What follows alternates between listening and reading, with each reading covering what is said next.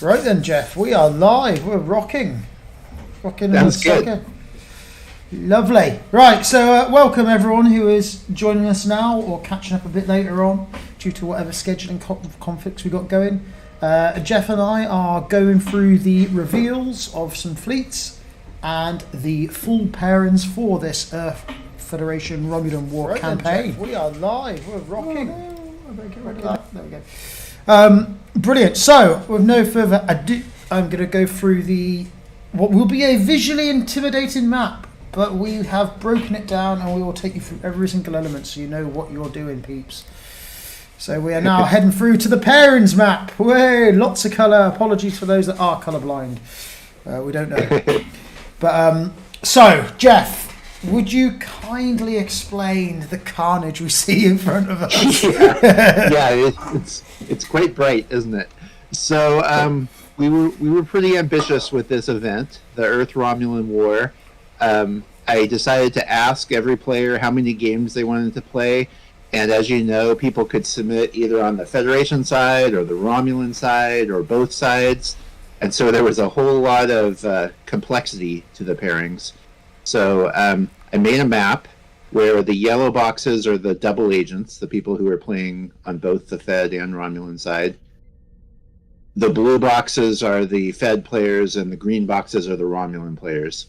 And in most cases, we don't actually know who's going to fill those boxes. That's what we're doing now. So I'm going to flip some cards, and then we'll put names up on the map, and you'll start to see who the pairings actually are. And along the way, I think Haz and I are going to go through some of the fleets that I don't think we have time for all of them, but we're going to try and catch some of them. Sweet. Sounds like a plan. So, how it's work is I will be feeding fleet links into my internal browser that everyone at home will get to see. So bear with us while we do that. But without any further ado, Jeff, do you want to reveal the first? Yeah. Okay, so let's go down to the bottom left corner of the screen here. I've got 4 cards marked A, B, C, D, representing our 4 double agents who all went with 4 games, 2 opponents of each type. So I'll flip the first player. This is player A4, and that is Haz. So we'll put Haz up here on A4, and looking around in a circle, we can see that Haz is going to get to play scenarios 5, 6, 1, and 3, but we don't know his opponents yet. So I will keep going with the flips here. Player B4 is Jed. Oops. Player C4 is Nick. The UK triad. Yeah. Heavy lifters here. They're all playing 4 games for us, so we appreciate that. And the 4th player is Ben, one of our newcomers. So Ben goes down here. He'll play 2 games with Fed, 2 games with Romulan, and why don't we look at Ben's fleet? Let's do. So as Jeff has alluded to, Ben has submitted two fleets, a Romulan and a Federation. So I'm just going to put that into there, and you should now see it up on your screens at home. If Jeff has YouTube running at home silent, Jeff will also be able to see what we're looking at on the screen. Which fleet did you pick? I've picked Ben's Federation fleet to start off with to break that bad boy down. Okay. So, what have we got? So we've got the USS Venture Galaxy class. It's good to see that. It's not often you see Galaxy classes, as we know the campaign Justice for Galaxy. We've got a pretty peculiar Jadzia Dax that came in the Boldly Go pack. I think underrated personally, the captain herself. It gives you the ability to do a 1 bank left or right at the start of the activation phase. Maxwell Forest for some additional manoeuvring, so this definitely compensates for the Galaxy's shockingly bad dial. Thruster array to make reverse manoeuvres. Well, to do an extra reverse manoeuvre if you want, so you can move forwards and shimmy backwards. And helmsman, decrease the manoeuvre speed by 1, even if it results in a manoeuvre that does not appear on the ship's manoeuvre dial.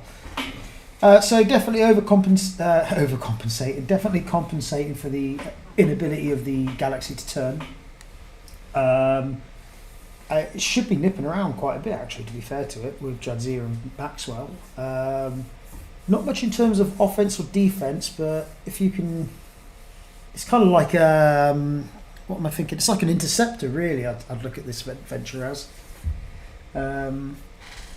Obviously, Galaxy's got one of the first stats in the game, isn't it? So it's pretty much the baseline for where things go forwards. So yeah, it's a nippy ship. Maybe this is like his. I'm getting the feeling of like the objective capture. Get into location, lock down on it. What's your thoughts on it, Jeff?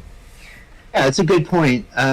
We have 6 different scenarios that we're running here, and it's not just run up to the other player and kill him. There's times where you don't even get points for destroying enemy ships.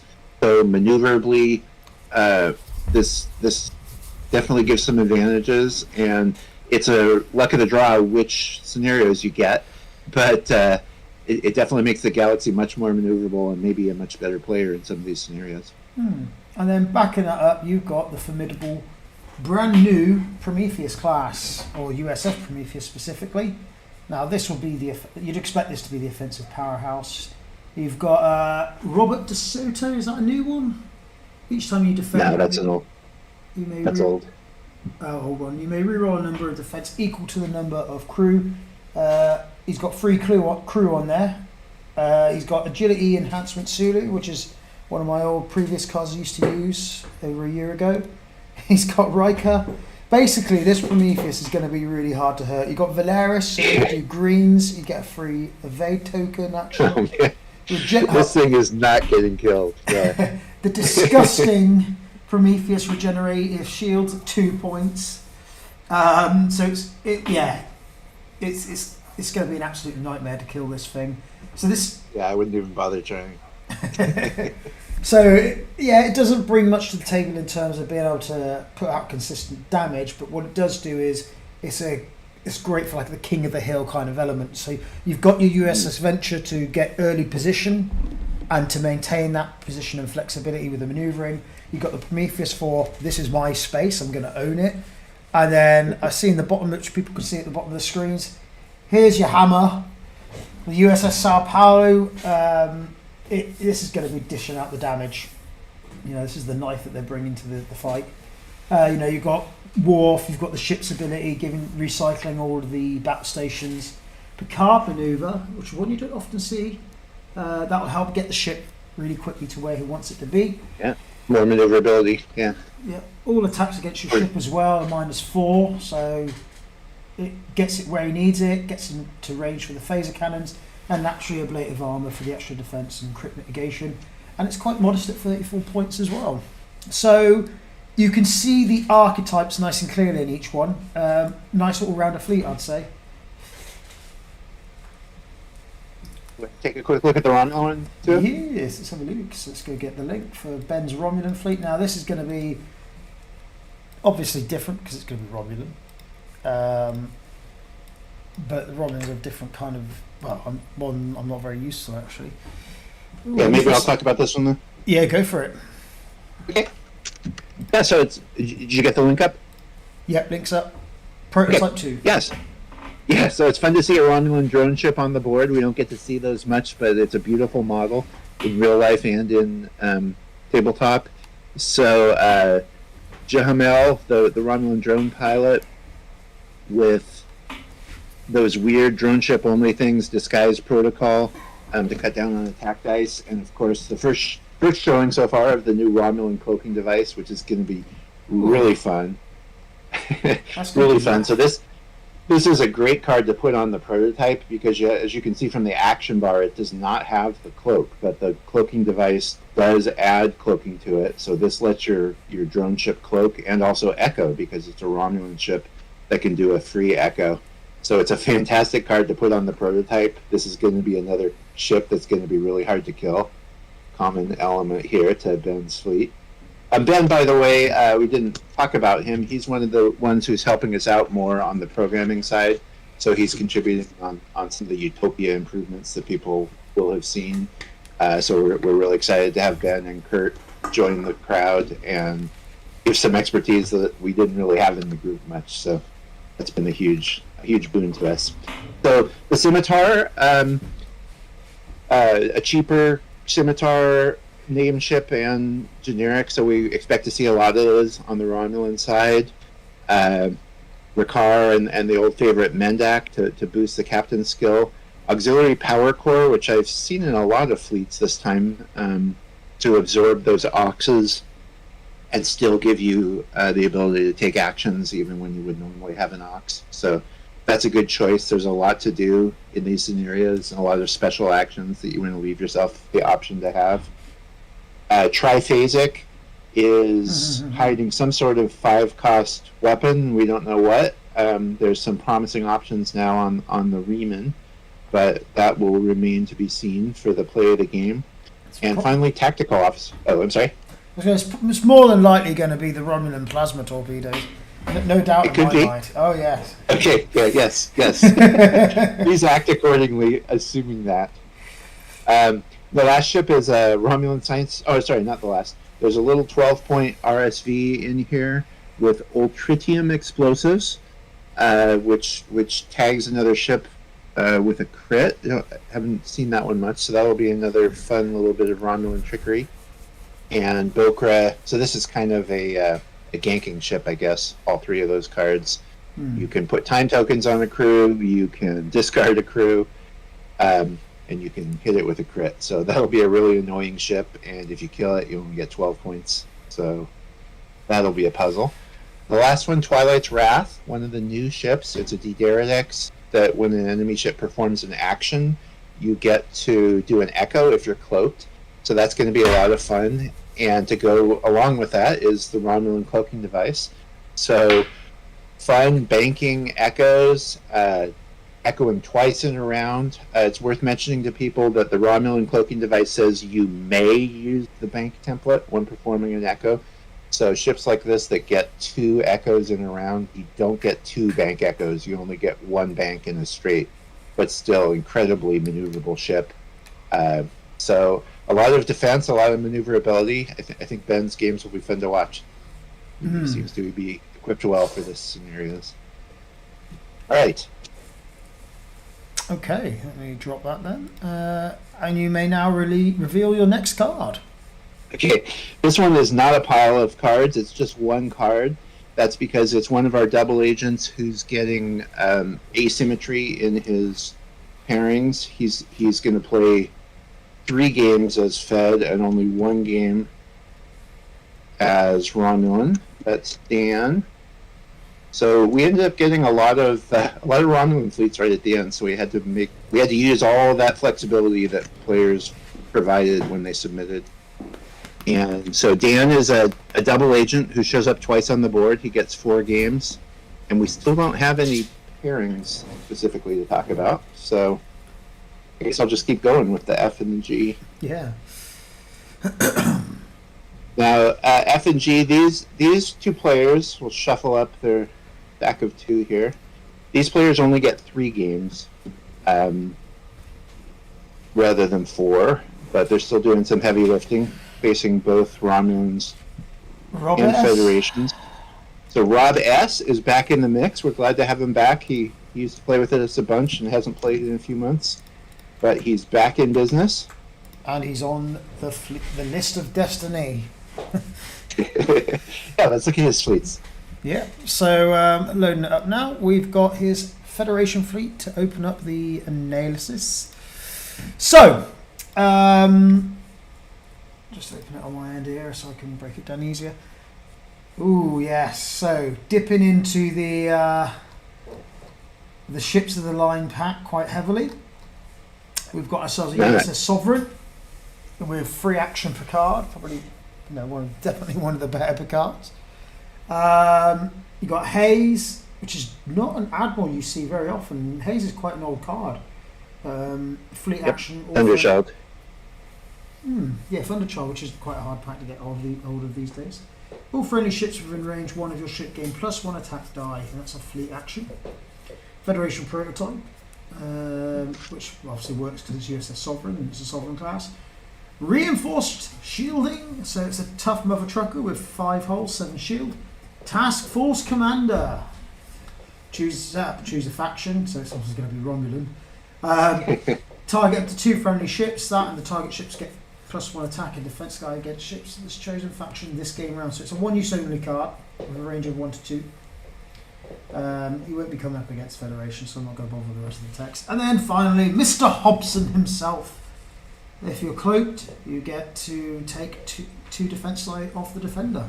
So, yeah, this one's a nice support tank ship. Really, it's tanky. It's giving buffs out to fellow ships, and it's also able to bolster its own offense with Mr. Hobson against those pesky Romulans. And then it's worth mentioning also that the Sovereign has that special ability buried in the middle there that if you have an admiral equipped to this ship, then the Sovereign can do the haze action as a free action. Yeah. So he can just be handing out friendly ships attack dice every round for free, assuming he can take actions. That's going to be nicer. Okay, sorry. No, it's all right. I mean, I can't read the text on my end because it's so much. There's a lot of text with it. So that's a fair point, which makes the Admiral even more viable. You've got a very cheap USS Musashi at 33 point. Lots of text here again. When a friendly Federation ship is at range 1 is attacking, that friendly ship may roll +1 die. If it's a Sovereign, it may also add a hit. If the defending ship is Borg, which it won't be, let's just disregard that stuff. So again, there's a lot of intermixing with these ships, buffing each other up. And then they'll be staying within range 1 of each other. Yeah. A fleet of pound. And then Nechayev, you may reroll all blanks when attacking. If the defending ship is Dominion or Borg, it's irrelevant. Not going to bother with that text. So you've got some passive rerolls built in, and more than likely some battle stations, I imagine. And you've got a really good offensive ship, which is going to be benefiting from the Sovereign support. And then finally, the Spectre that disappeared from the shelves for the last few tournaments has now made an appearance, especially with the disgustingly modified Federation photons, which now have 2 time tokens instead of a disabled. So he's firing those every turn. Mr. Spock for free free target lock scans, or a scan. Dorsal torpedo pod, because they just shoot it everywhere. And then Captain Riker to make Mr. Spock a 9. I think the only issue is going to be the Romulan's cloaking. It's a shame he didn't get a what do you call it? A metaphasic sweep on the metaphasic, yeah. But he has got a detection grid, so it can still help if it's not even able to shoot. So yeah, reducing again the defense dice of the pesky Romulans that are in the Ark.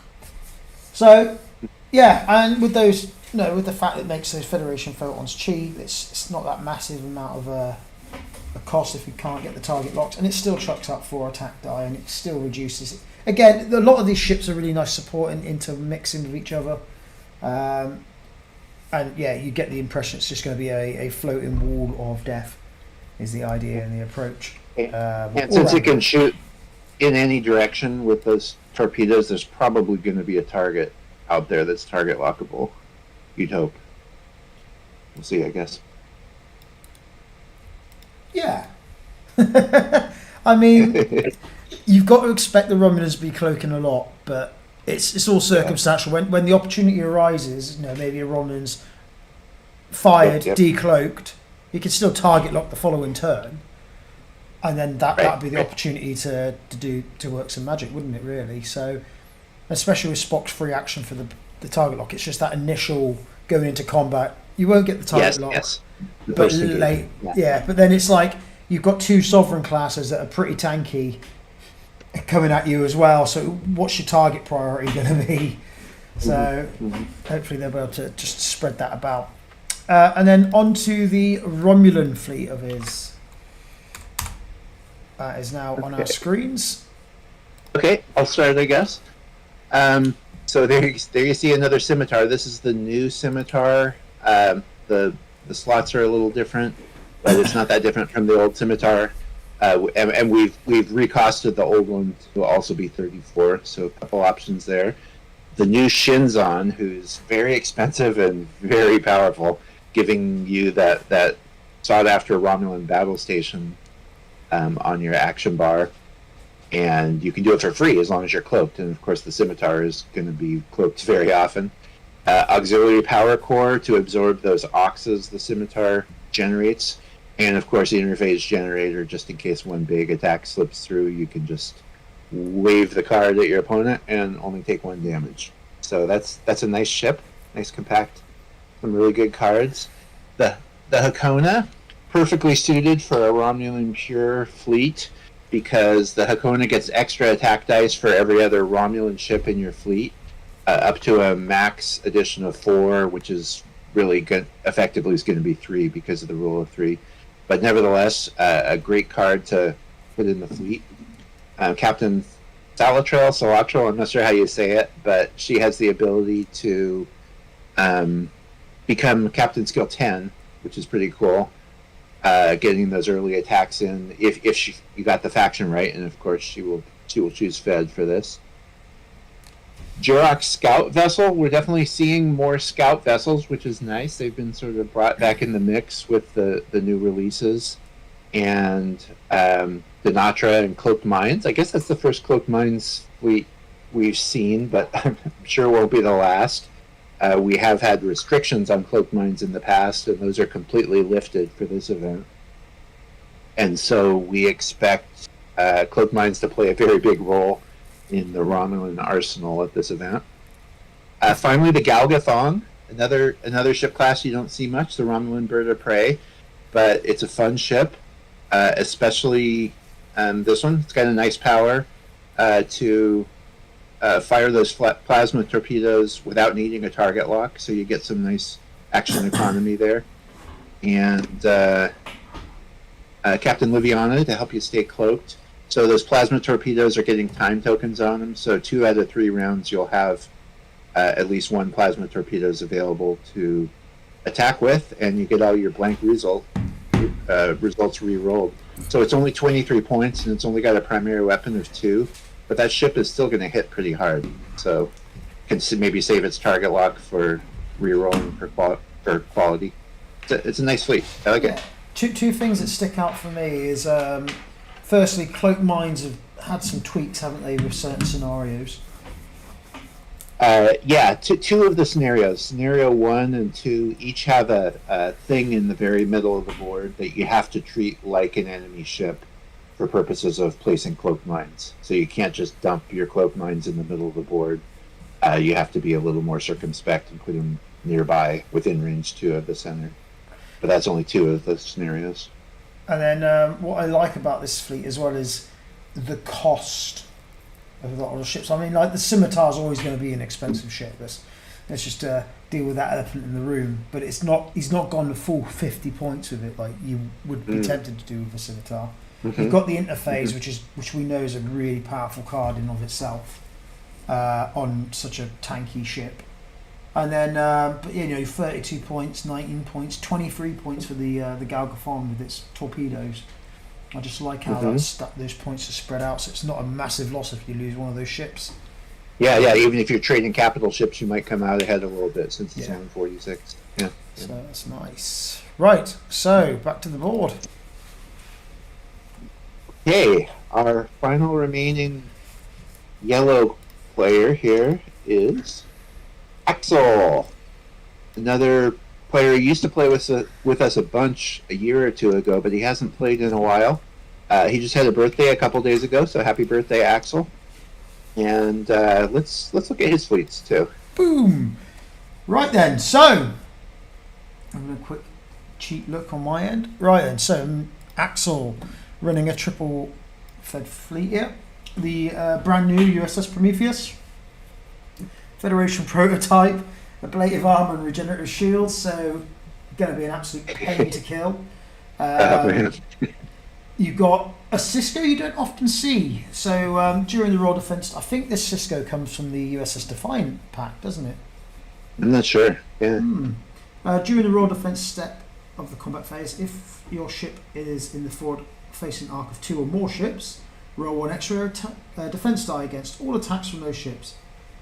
Each time your ship receives a damage card, normal or critical, increase your captain's skill by 1 for the rest of the game, max 2. The bonus skill remains even if the damage later is repaired. Oh, that's pretty cool. So, Yeah, that's pretty nice. So, really nice ability that synergizes A with the ablative hull armor and B the regenerative shields. Because you'll lose your shield, you'll take a damage card, then in theory you'll start getting all of that back unless the opposition keep targeting you and trying to lock you down, which then helps you out against the rest of that person's fleet with the other ships in your fleet. So it's either chase me. If you don't chase me, I'm going to come back even stronger in terms of what I can do against you. And then finally, multi-vector assault mode. So Nick has been trying to work some disgusting magic with this, to the best of my knowledge. After I wrote this card off, saying it's naff. It's been FAQ'd, so it's definitely worth checking that FAQ out. But this in of itself, you can make something disgusting with it, I think. But fortunately, Axel's gone a little bit softer compared to some of the horrific stuff I've seen. But that doesn't take away the fact that it's still potentially 12 attack dice coming at you. Yeah, potentially all at the same ship, too. Yeah. That's not fun to face. Not fun at all. We've got the Tacumba from the, I think it's the Vulcan pack, isn't it? Yep. So this will all be about the scans, I imagine. So you've got Mirror Sulu. So for some minefield defense. You've got Shanfi, an admiral. Target the ship range 1 to 2 when attacking that ship this round. You may re-roll your blank results once. In addition, if the target ship is cloaked, immediately flip its cloak token to its red side. That sounds very anti-Romulan. Yeah. Anti-friendly, too. Yeah. End phase, if you have a scan beside it, says the captain, replace that with an evade or a battle stations, and it's not removed. So that gets around the issue of having a battle stations or an evade. So when you do want to go offense, you've got the rerolls and you've got the scan. And then Tapao with Stone of Goal. Is there a diluted way of explaining this? Because you don't see that very often at all. Yeah, it's really powerful, and we nevertheless don't run it much. I guess it's cheaper on a Vulcan ship, huh? Yeah. So Tapao costing is still weird. Tapao gives you the Stone of Goal. Roll a number of attack dice equal to the printed SP cost of the target crew. If at least one crit is rolled, discard the crew. Otherwise, place 1 tie token on that crew upgrade for each hit. Okay. And it's multi-use too. Yeah. Multi-use, yeah. So, nice little blinder if you can get yourself in the right position for that. So you've basically got the dick ship here. It's got some solid offense, and it's got some status effect stuff going in. And then the USS Voyager. Unfortunately, we've not had a brand new re-release of full-fed Voyager, but this one's got a 360 built in, 360 attack built in. A great dial to clear those. It's got Ahab Picard, so it gives it an extra slot of crew, more tech, weapon, or talent if necessary. And obviously he's going to be choosing Romulan faction, which will give him an extra defense die, and can remove one of those attack die and make it an auto crit. Pretty nice. Multi-adaptive shields. Oh god, there's more defense dice in the mix. It is expensive at 5 points, but he's going with a defensive build, clearly. You've got a Hikaru Sulu, the agility version, so all of a sudden there's just defense dice left, right and centre with some passive mods. Mr. Hobson, again for the cloak, and then Pavel Chekhov, to make the whole dial essentially green for the purposes of Orcs. So this Voyager is going to be... It's a really nice all-round ship, to be fair to it. It's going to be able to shift quickly, shift those Orcs and use that 4 dice all-round shot. Shoot anywhere, yeah. So you've got the tanky Prometheus, you've got the nice support in the Tacumba, so the typical tank support and offense. Yeah, I like it. I like it. Especially Stone of Gold, never seen that one before, so always good to see. And then Axel's Romulan fleet, I'm just loading that in now.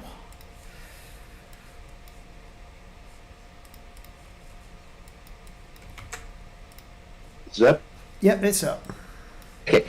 So yeah, the Talon. This is a nice class, a nice ship. It's a real cheap D7, but it's got some nice ship ability to do an extra move, and of course, since it's the name ship, the slots are a little better. Goes well with Laris, who gets a battle station if you performed an echo, so you could use your ship ability to take that free echo. And although I guess actually already gets a free echo from the Romulan cloaking. So this thing is really maneuverable. It's got the D7 weapon that can shoot twice. It's got advanced cloaking to keep you cloaked, so you don't have to spend your action next time on cloaking again after you fire. So this is a nice versatile ship, and it has that Romulan cloaking device to make that echo a banking one. So we don't see the Talon much, but it's a good use of the ship. I like it, and of course Laris is one of the absolute best Romulan captains, so that's good to see. The Talvath. This ship has, wow, it's an interesting layout of cards. He's got 4 cloaked mines, and he's got the Valdor, which lets you consume a tech upgrade to gain +1 attack die. Now, unfortunately, when you drop a cloaked mines, you have to discard your tech card. But he has 4 options here. He can throw out as many cloaked mines as he needs and save the rest for that nasty attack with the science vessel. But wow, the possibility of 4 cloaked mines, that's going to be painful. And another RSV with another cloaked mines, Captain Liviana, who can protect her... Oh, I see. So this is our first showing of B4, which is the second Data, who was in the Nemesis movie. He has a really annoying ability to force another ship to make a move, a 1 bank or a 1 straight, and this will be against Federation, so it would also roll fewer attack dice. And Liviana can actually protect B4 from being disabled potentially, so that's a nice combo there. And another cloak mines just in case, because why not? And lastly, the hard hitter is the Scimitar with Captain Tomalak, who's there to give you quality from all the techs that are also on the ship. And Viceroy, another new card, which also can provide maneuverability. You see that if it's equipped to a Riemann Warbird, you get a free echo. And of course, the regular Scimitar ability is super powerful to stay cloaked. Wow, so this is going to be a fun fleet to run. A lot of flexibility for what to do with those cloaked mines in the various scenarios. So welcome, Axel, and looking forward to playing with you again. Axel, that is a disgusting fleet. That is a disgusting scimitar. What a nuisance. Just to note, when reinforced shields triggers, it does drop your cloak and raise your shields. That's right. If you repair a damaged shield while you're cloaked, then because that shield comes back as an active shield, it does cause you to not be cloaked anymore. So you have to be careful of that. As you found, right? Yeah, I found out. This is a disgusting fleet, and I think it's really funny. And I'm really looking forward to seeing A, these cloaked mines, and B, this scimitar monstrosity just be an absolute pain in the arse for everyone. Right then, let's crack on. Okay, so that's all of the yellow players, all the double agents. So now we proceed to the players who actually are focusing on just one faction. Here's a couple more heavy lifters. The H and the I, these are the players who are playing 4 games for Federation. So H4 is Scott. So we can now see there's a couple matchups. Scott against Haz in Scenario 1 and Scott against Dan in Scenario 3. Who's Scott? Yeah, I don't know. We can look him up. We won't look at Scott's fleet. David is I4. That's on here twice. But David's matched up against Nick and also matched up against Jed and a couple of green opponents that we don't know about yet. And let's just keep going, I think. So MN, these are players not quite lifting as heavily for the Federation side. They're only playing 2 games.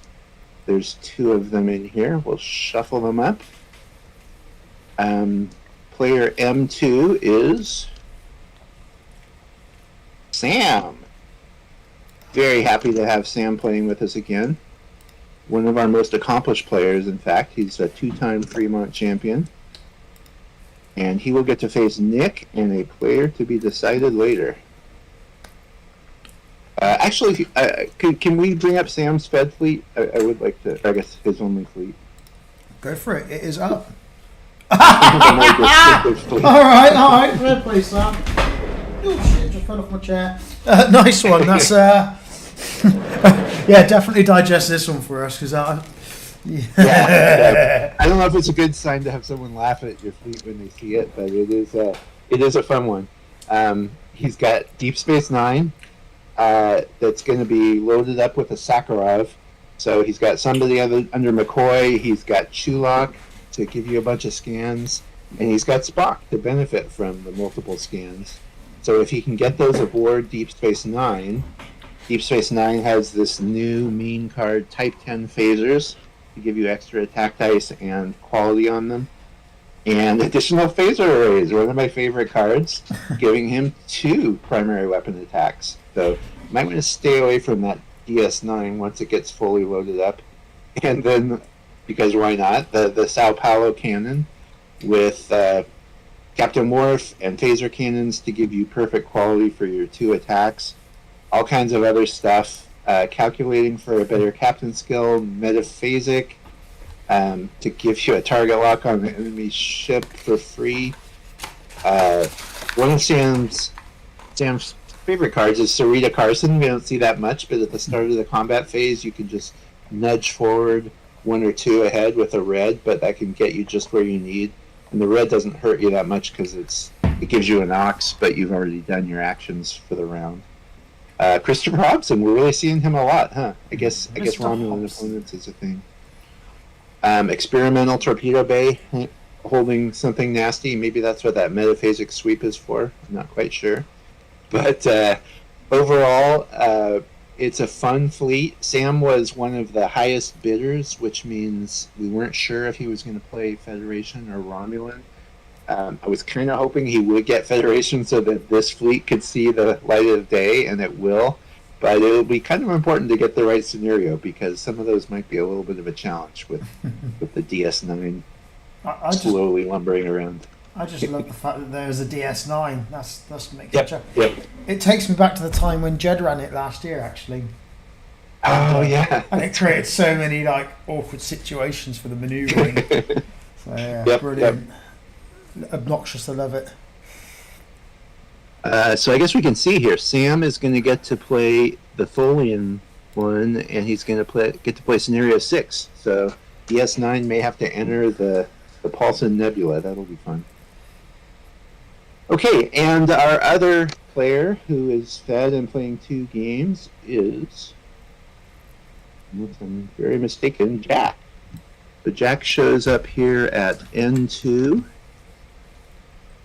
which means we don't know his opponents yet. But why don't you look at his fleet, Des? Boom! So, oh dear, Jack, you have a USS Enterprise. Hopefully you don't come up against B4. He's not up against B4 yet, is he? We don't know yet.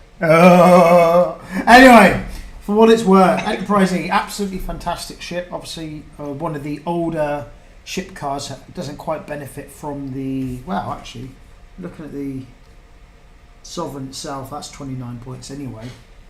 So I suppose it's aged quite well, really. Enterprise E, fabulous ship, great ability, and Jack's using that with the photon torpedoes, the disable version of the Federation photon torpedoes, but nonetheless he's got free action Picard backing him up, and then Pavel Chekhov to help mitigate any auxes from the ship ability of the Enterprise. 40 points, it's cheap, it's cheerful, it's pretty devastating even in that state. Being able to just chuck 6 attack die out with pretty much perfect quality every single time. And then that's going to be backed up by the USS Sovereign, and as we've seen with the Sovereign's ability working the Admiral into a free action, that's going to be buffing up the Enterprise E when he's in range. Task Force Commander as well, so that's even more attack die. And the Sovereign itself has got some fed photons. And Kirk's making the crew a little bit cheaper. And Benjamin Sisko from the new Ships of the Line pack. Combat! Crewman Cisco, right. Placing orcs by side this ship. Remove either 2 time tokens or disable token from a Federation weapon. Well, there you go, that explains the Federation photons. But also, if the ship is Federation prototype, which it does, equip, place, and battle stations. So, yeah, there's your action economy. You're going to get your target lock with your normal action, and Cisco's going to give you the battle stations, and then remove the disable token from the photons a bit later on, going into that combat. Obviously, you've got to fire them first off, but that shouldn't be too much of a problem. And then the Sutherland, one of Nick's old favourites. This is definitely the tank. Oh, with Rainy Ransom, nice. Yeah, so you've got the Enterprise as an offensive powerhouse, you've got the Sovereign as offensive, and then finally you've got the Sutherland, which looks like its role is to simply sit on something and just make it really difficult to be killed.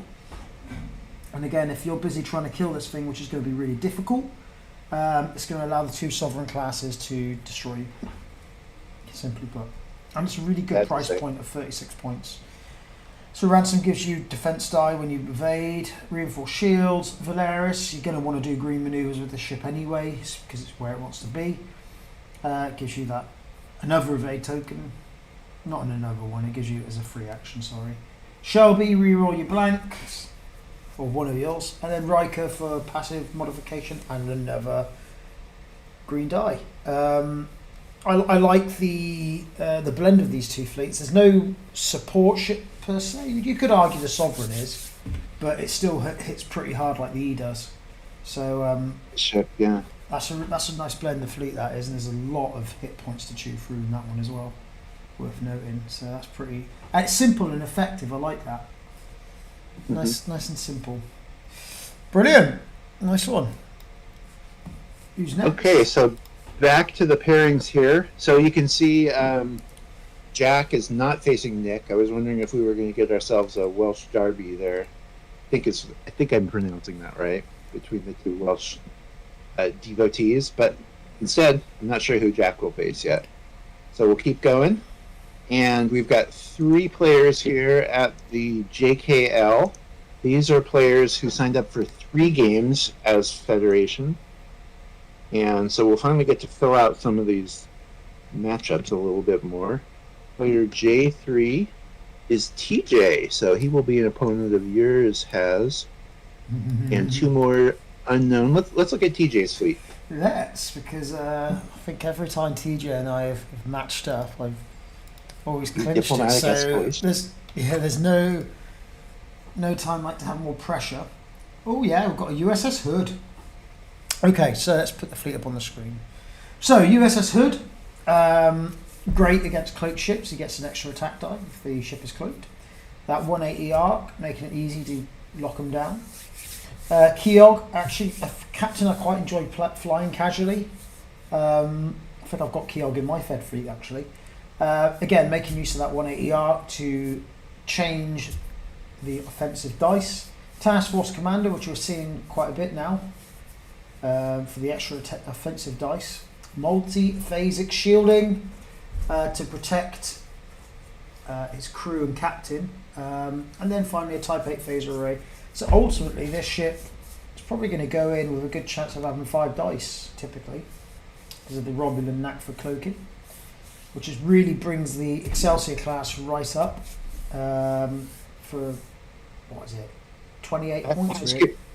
Can I just break in one thing on that Hood? The Task Force Commander, you said a one-use card before, but I don't think it is. I think it just grants you a different action. You don't have to throw away the card when you use it. Am I mixing it up with another card we've seen earlier? A lot of them you do throw away, but that one looks like it's you could literally use it every round, I guess, if you. Yeah. So yeah, you play it right, and the USS Hood's got 6 attack dice. Yeah. You've got a tanky Sutherland with Data, who's going to try and ruin some cloak tokens days. Dorsal phaser array to cover the blind spot. It's the Alliance version, the poor man's version. And Mr. Hobson again is fast becoming the MVP for the Feds. We've got quite a few. Oh, there's a big D. I'll come back to that one. As I put it, the USS Titty Man or Tiananmen. There's a lot of support stuff going on. Clark Terrell for defense dice additions, detection grid making use of that 180 arc to reduce the amount of defense dice, and Savick, perfect 1 point card. Get a convert a blank to an evade if there's a planet at range 1 to 2. Again, 19. You do have 2 or 3 scenarios with planets also, including the one you drew. Spot on. 19 points as well, so nice little support ship. And finally, the Big D itself. I think it's the very first version of the Big D, isn't it? As well, with a 360. I think so. Yeah. In any direction. Yeah. You've got Boldly Go Pack Picard, so he's giving out battle stations to the entire fleet, range 1 to 2. Esri Dax, which will make sure Picard's activating every turn, and then Lasker from the Ships of the Line pack. Place 2 time tokens on this card, target this ship or a friendly at range 1. Flip 1 face-up damage card on the target ship face down. If it has a Federation prototype equipped, repair 1 hull to the ship. We don't have that, but for 1 point you can't argue it really. It's a good way of getting rid of some annoying crits. And Esri Dax as well kicking in again, making Lasker an option every single turn. So a nice 4-ship fed fleet.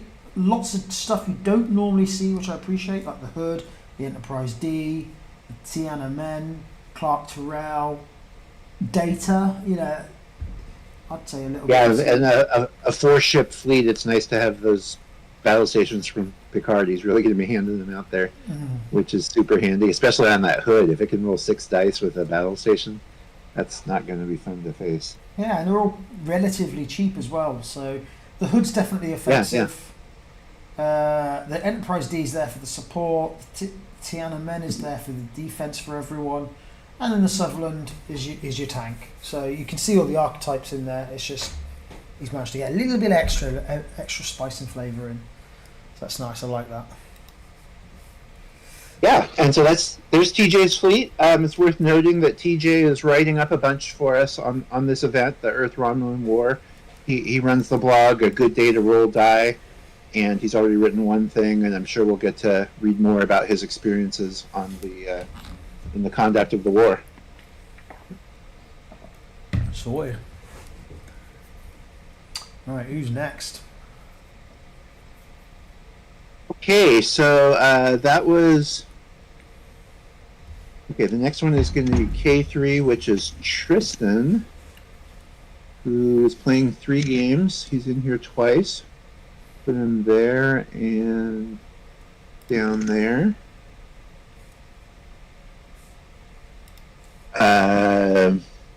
Yeah, glad to have Tristan back. He won the title actually the last time he played with us. He won, I think it was Purebred, and then he took some time off, but he's back competing again, so that'll be fun on the side of the Federation. And the last one for the Federation here is Dylan.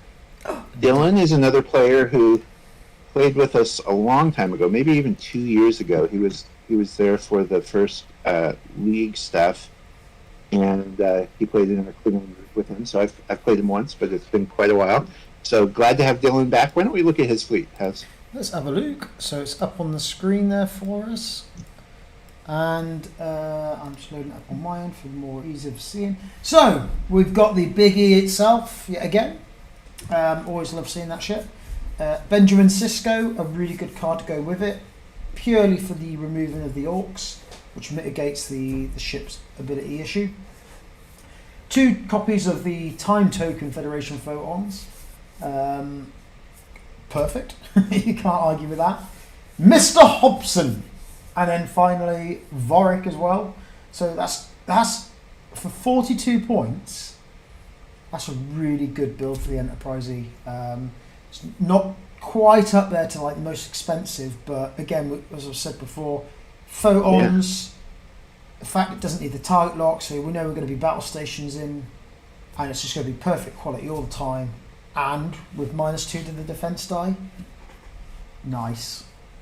Oh wow, he's got a full sovereign fleet. So all 3 sovereigns on the board. So you've got Picard, who's been kicked out of the Enterprise E. He's now on the USS Sovereign with Shamfi. 3 named sovereigns. Wow. Yeah.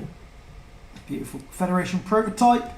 Extra defense Riker's crew. Task Force commander again. What does Shamfi do specifically? Target a ship at range 1 to 2. When attacking that ship this round, you may reroll all your blank results once. In addition, the target ship, if it's cloaked, immediately flips that cloak token to its red side. So you've got your rerolls, and that's going to be a free action because of the sovereigns. Every round, yeah. And you've got a free action with Picard, which is probably going to be battle stations. So I wouldn't be surprised if we see that actual proper action being used on Task Force Commander to bolster the fleet. Yeah. Might want to stay away from this ship. This ship's going to hit pretty hard. And again, it's 45 points, which is getting up there in price, but for what it's bringing into the table, it's got the passive re-rolls. No, not quite passive, but it's action economy, re-rolls, battle stations, and boosting everyone up. And it's going to be a bit harder to kill. And it's got the Federation prototype re-rolling the blank. So yeah, it's funny to think of a ship costing 42 points or 45 points that could actually hit above its weight class, but this one may well do that. They could trade it for a capital ship. He's ahead of the game. Yeah. And then the Masashi at 33 points, just with Nechayev, but simply put, having passive rerolls, which we've seen me do with like Tomalak and Core. Yeah, right. You know. Oh, wow. Whew. And then what was it? When a friendly Federation ship in range 1 is attacking, that ship rolls +1 attack die. If it's a sovereign, it may also add a hit. So this is just going to be like the bully squad. These 3 are going to rock up, bully the shit out of you. I don't even know who you pick on. Yeah. You know, and the Musashi being as cheap as it is, A alone is a tank. And again, it's just buffing everyone up. Everyone else is going to have extra attack dice. So suddenly that Enterprise E becomes really horrific to deal with because it's probably going to have like eight dice with its photons at perfect quality. And then not only that, you've got the Sovereign that's kicking out probably 6, maybe 7 attack dice with near perfect quality or full modification, should I say. And even then, the Musashi, it's going to battle stations, isn't it? And then it's got the chair for the reroll. So there's a lot of offense going in that. That's really nice. And it's all sovereigns, which is going to look sexy. Yeah, that's right. It's a nice feat. Excellent point. So the pesky Romulans. All right, well, that's it for the blue squad there. So the last little bit of these pairings we can finally start to reveal. So O and P, these are both O and P are playing 4 games.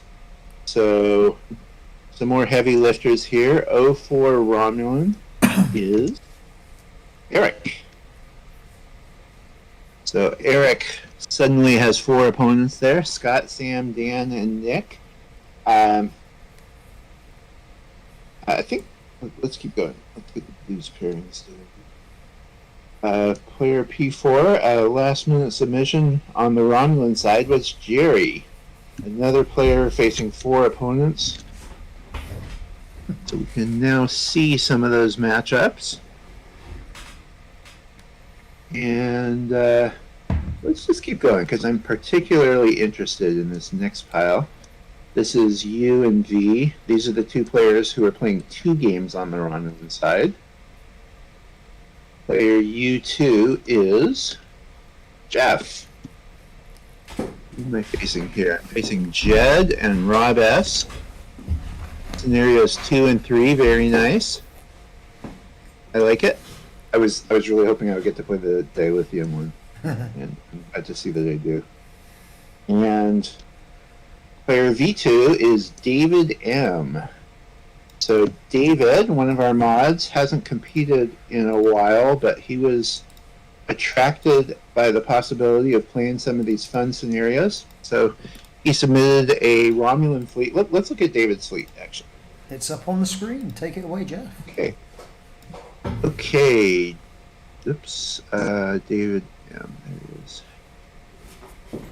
Okay. So Twilight's Wrath. I think we've only seen that in one other fleet so far. With the new Dinatra, can boost the quality of a friendly Valdor, which you will find in this fleet. 1 cloaked mines, additional weapons array, that D-Derek's equivalent to Type 8 and upgraded. Tyrol, the crew who brings Romulan cloaking device. So Twilight's Wrath is another one of those ships that can potentially be echoing twice.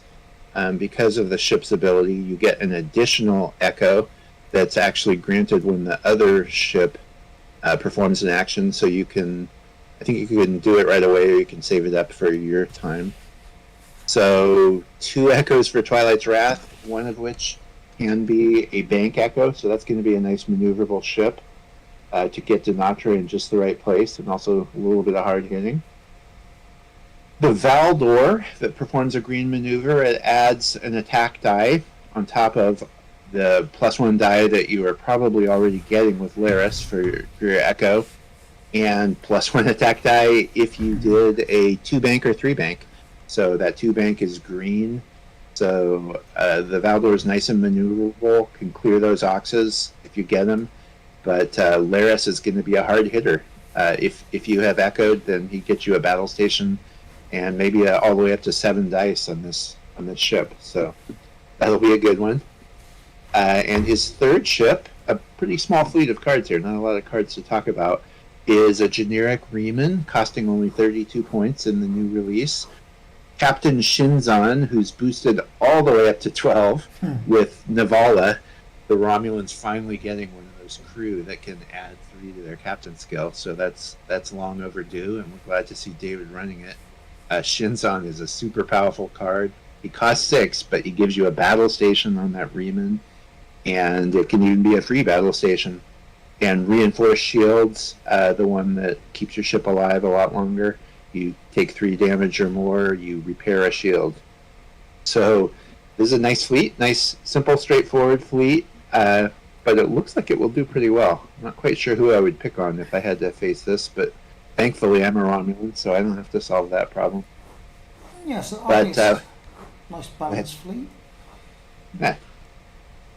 So welcome back to the competitive play, David. And only a couple more to go here. Okie So the RSTs are the Romulan players who are playing 3 games. So R3 is Dre. Had a lot of fun chatting with Dre in recent weeks about the mysterious Canada shipment I sent to him that actually went to France twice instead, but we've also been talking about our respective Romulan fleets. Why don't we bring up Dre's fleet, Has? I think Okie dokie. It is now on the screen. Okay. So, Ooh. Interesting. Okay. he went with a couple of Valdors, which I like, leaning into this new flanking attack card, which I also like, so we kind of teamed up there on our ideas. Flanking attack takes this 4 dice Valdor and basically turns it into a 6 dice Valdor as long as you can stay out of range 1 for your attack. So Laris, a great choice as always in these fleets. With that free echo, he's going to be triggering pretty much all the time. So the Valdor is going to be doing a nice 7 dice, I guess, because of Laris. And if you can stay out of arc with those fancy echoes, then defending ship rolls 2 fewer dice. So that thing's going to hit hard.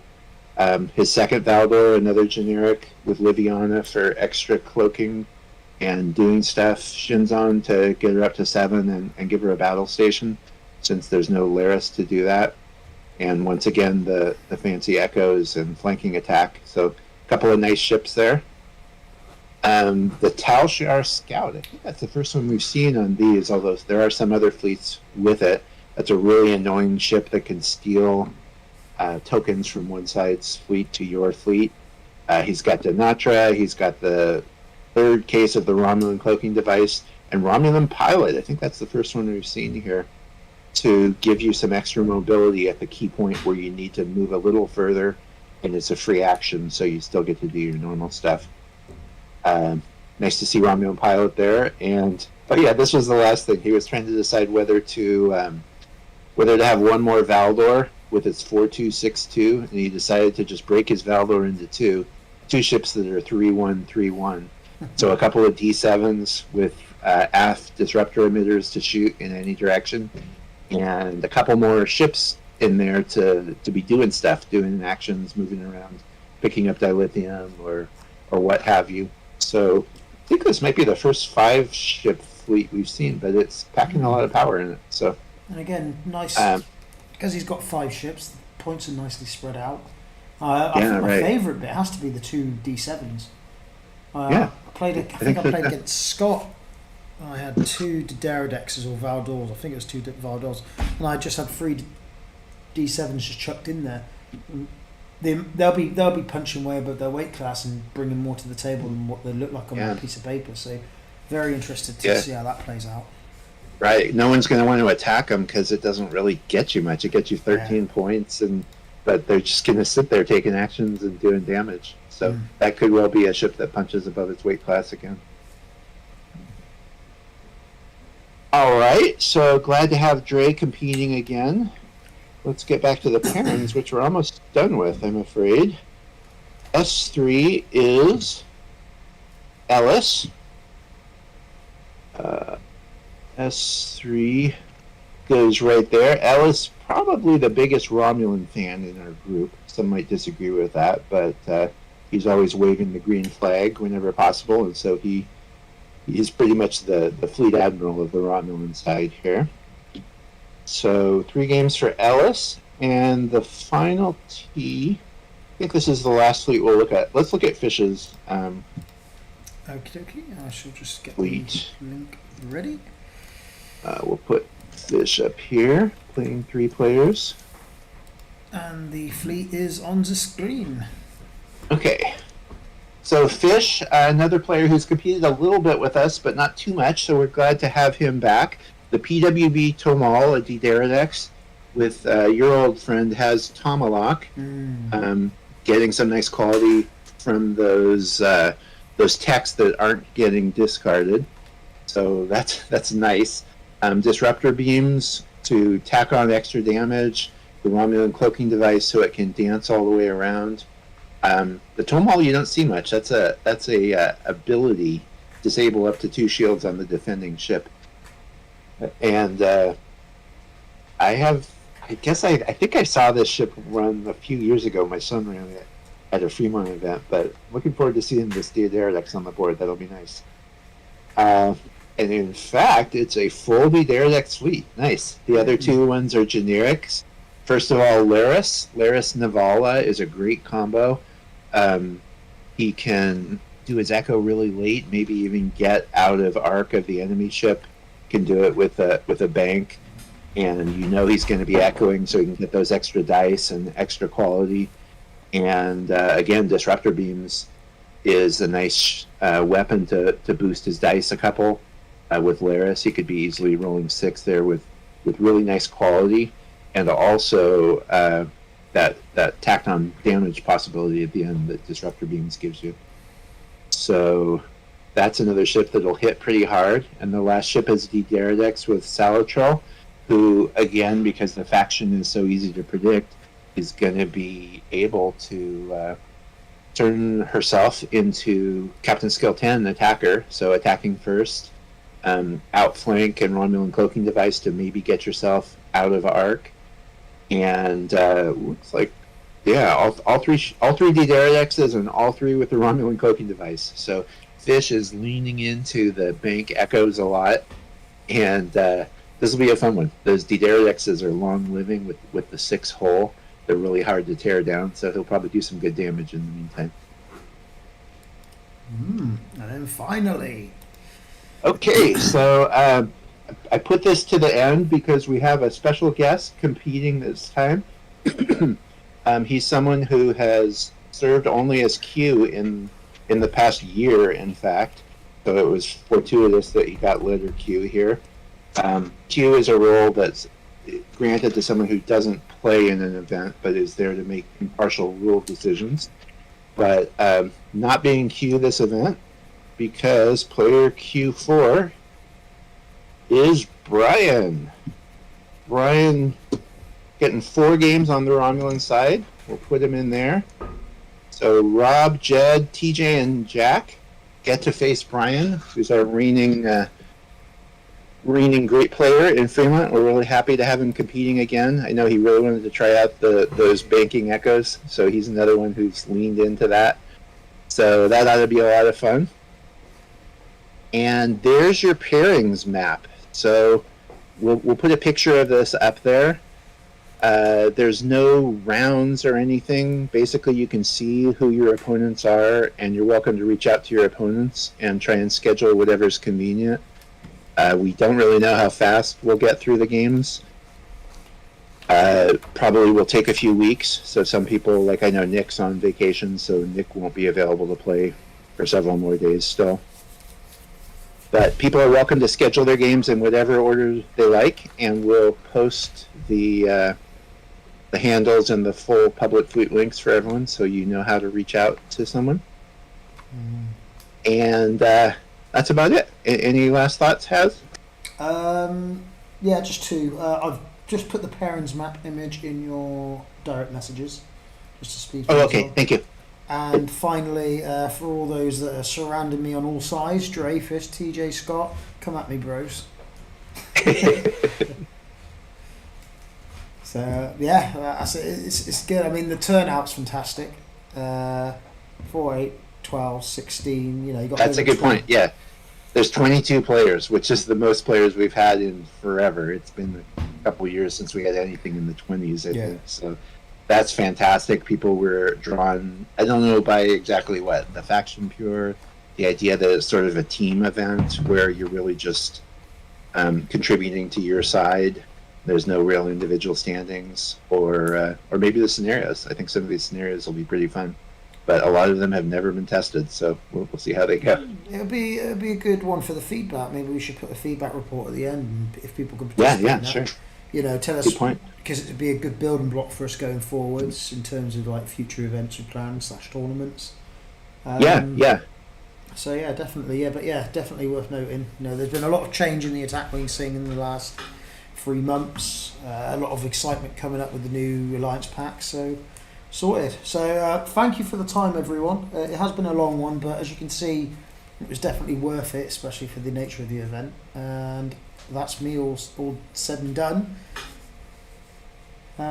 Thanks for hosting, streaming, Haz, and we look forward to the games getting played. People can go ahead and get them scheduled. Do it. Wrong franchise. Engage. Right. Cheers all. TTFN. Okay. Peace. Cheers.